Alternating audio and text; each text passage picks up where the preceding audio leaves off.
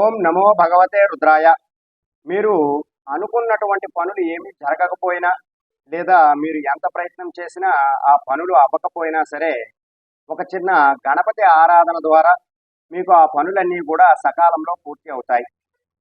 మీరు ఎన్నో పనులు జరగలేదు అని చాలా బాధపడుతూ చాలా ఇబ్బందులు పడుతూ ఉంటారు.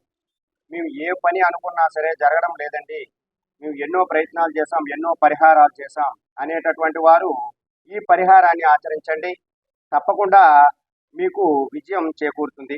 ఎందుకంటే సకల విఘ్నాల్ని తొలగించేటటువంటి ఆ విఘ్నేశ్వరుడు యొక్క మంత్రం కాబట్టి మీరు తప్పకుండా ఈ పరిహారాన్ని ఆచరించండి. అయితే ఈ పరిహారాన్ని ఎలా ఆచరించాలి అంటే, మీరు ముందుగా ప్రాతకాలాన్ని నిద్రలేచి చక్కగా తలస్నానములన్నీ కూడా చేసుకుని స్వామివారికి గణపతికి నమస్కారం చేసుకుని తదుపరి సూర్యుడికి ఎదురుగా నిలబడి స్వామివారికి అర్ఘ్యాన్ని సమర్పించాలి. సూర్యుడికి అర్ఘ్యాన్ని సమర్పించిన తరువాత 1 మీటరు కాటన్ దారాన్ని తీసుకోండి. ఇది ఏ రంగు అయినా తీసుకోవచ్చు, రంగుతో మనకి ఇబ్బంది ఏమీ లేదు. మీరు ఈ కాటన్ దారాన్ని తీసుకుని ఈ కాటన్ దారానికి ముడులు వేస్తూ ఉండాలి. అలా 7 ముడులు వేయాలి. ఈ ముడులు వేస్తున్నంతసేపు కూడా ఓం ఘం గణపతయే నమః, ఓం గం గణపతయే నమః, ఓం గం గణపతయే నమః అనేటటువంటి మంత్రాన్ని జపిస్తూ ఉండాలి. 7 ముడులు కూడా వేసిన తరువాత మీ ప్రార్థనా మందిరం వద్దకు ఈ యొక్క దారాన్ని తీసుకుని వెళ్ళి అక్కడ గణపతి పాదాల వద్ద ఉంచాలి. మీ దగ్గర విగ్రహం ఉంటే విగ్రహం పాదాల వద్ద, ఫోటో ఉంటే ఫోటో పాదాల వద్ద కూడా పెట్టాలి.